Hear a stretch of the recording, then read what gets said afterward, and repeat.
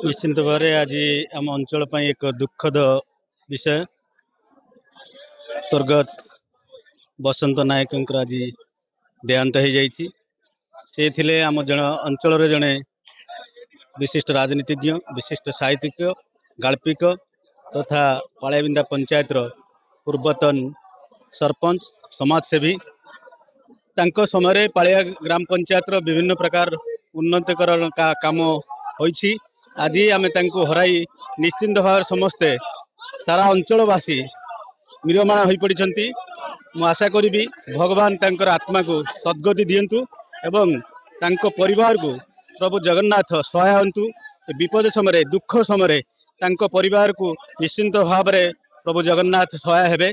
यही आज दिन में मोर प्रभु जगन्नाथ पाखरे प्रार्थना, कारण तांको भली जड़े निष्ठभाषी जड़े परोपकारी जड़े समाजसेवक हरई देखु। आज बहु संख्यार एठारे बसंत प्रेमी स्वर्गत बसंत प्रेमी आज उपस्थित अच्छा। मर शरीर को समग्र पंचायत रे तथा पालियाबिंदा ग्राम पंचायत रे समस्त गाँव रे आज बोलागला एवं हजार हजार संख्यार बसंत प्रेमी आज श्रद्धांजलि देले। मु प्रभु जगन्नाथ मगरे आउ थे प्रार्थना करी जे से जोठी था भलरे थांतु तांकर आत्मा सद्गति हो। धन्यवाद। निश्चय एक दुख घटना जे कि आम दल एवं ए अंचल जड़े मुरबी शून्य से हो गले जे कि बहुत दिन जड़े एक्सपीरियंस लोक सब परामर्श भी आम चाहूलु से परामर्श दौले जड़े समाज से परोपकारी भाई हिसाब से केतबेले बंधु हिसाब से सब बेले लोकंकर हित पाई काम करुले। जे खाली पालिया पंचायत विकास कथा नुह समग्र तिहिडी अंचल किभली भाव में विकास हम से कथा सब बेले से देखुले।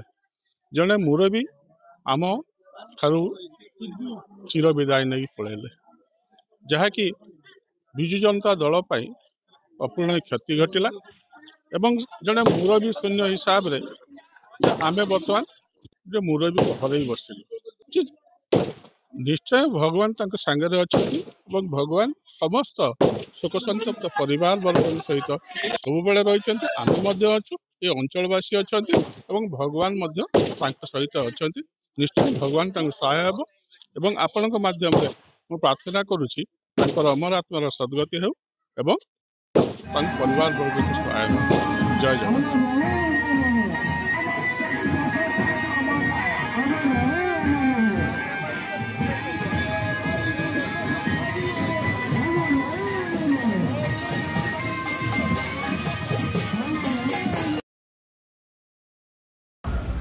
चैनल को लाइक करंतु, सब्सक्राइब करंतु।